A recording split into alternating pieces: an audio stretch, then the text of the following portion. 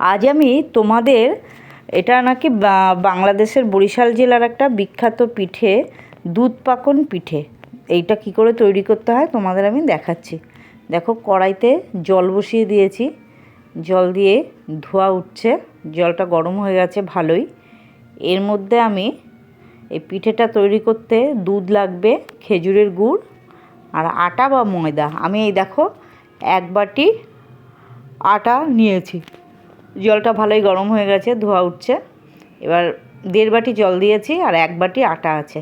এটাকে আমি নাড়িয়ে নাড়িয়ে একটা মণ্ড তৈরি করব।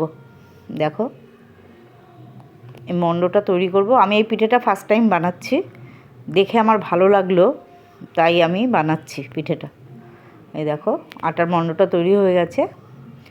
এইটা আমি একটু, আর দুধটা এটা জাল বসিয়ে দিয়েছি দুধটা।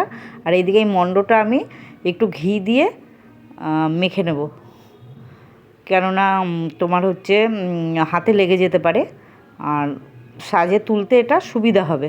দেখো, ভালো করে মেখে নিয়েছি আমি, পুরো আটা মাখার মতো করে, রুটি যেমন করে সেরকমই মেখে নিয়েছি, কিন্তু এটা গরম জলে পাক দিয়ে।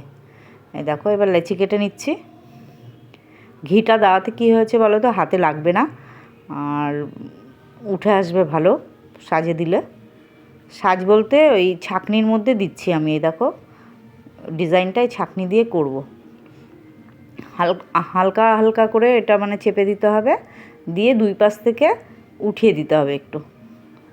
এই 2 পাশ থেকে এরকম উঠিয়ে দিতে হবে, দিলেই দেখবা সুন্দরভাবে উঠে আসবে ধরলেই।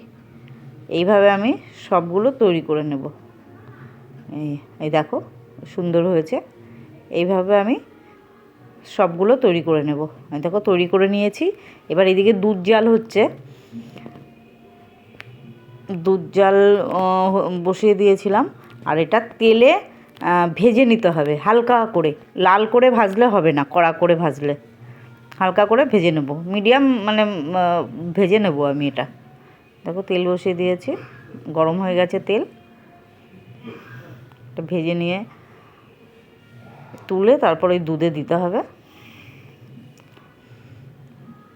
দেখো, অনেকটা তেল দিয়েছি, অনেকগুলো একসাথে হয়ে যাচ্ছে। পিঠেটা মানে দেখে খুব সুন্দর লাগলো যে দেখিয়েছে, আর করাটাও সহজই আছে, ঘরের উপকরণ দিয়েই হয়ে যাচ্ছে। দুধ তো থাকেই প্রত্যেকের বাড়িতেই, আর আটাও থাকে, শুধু খেজুরের গুড়। আর খেজুরের গুড় না থাকলে তোমরা অন্য আখের গুড় দিয়েও করতে পারো, চিনি দিয়েও করতে পারো। এই দেখো, ভাজা হয়ে গেছে। আমি বেশি ভাজিনি, লাল লাল করে মাঝারি সাইজে ভেজেছি। দেখো, এবার তুলে নেব আমি ছাকনার মধ্যে দিয়ে। তুলে নিয়ে দেখো, ভাজা হয়েছে। ভাজাটা কেমন হয়েছে তোমরা বুঝতে পারবা। এবার দুধটা জাল হচ্ছিল, 2টো তেজপাতা দিয়ে দিলাম, আর এর মধ্যে খেজুরের গুড় দেব। দেখো, খেজুরের গুড় কিনে নিয়ে এসছে। আমরা শহরে থাকি, গ্রামের মতো অত ভালো গুড় কোথায় পাবো, গ্রাম থেকেই আসে গুড়গুলো। এই দেখো, কালারটা দেখেও ভালো লাগছে গুড়টা, আর গন্ধ আছে, খেজুরের গুড়ের গন্ধ আছে। তাই গুড়টা দিয়ে দেবো।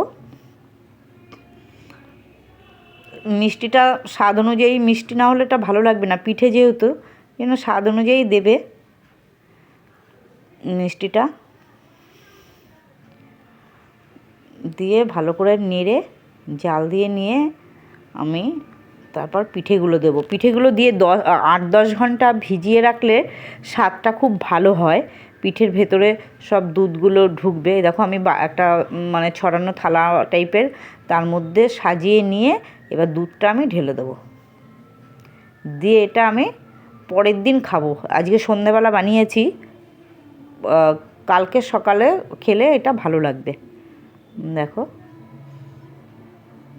পিঠেগুলো গরম দুধে আমি ঢেকে রেখে দেবো। রেডি হয়ে গেছে আমাদের দুধ পাকন পিঠে।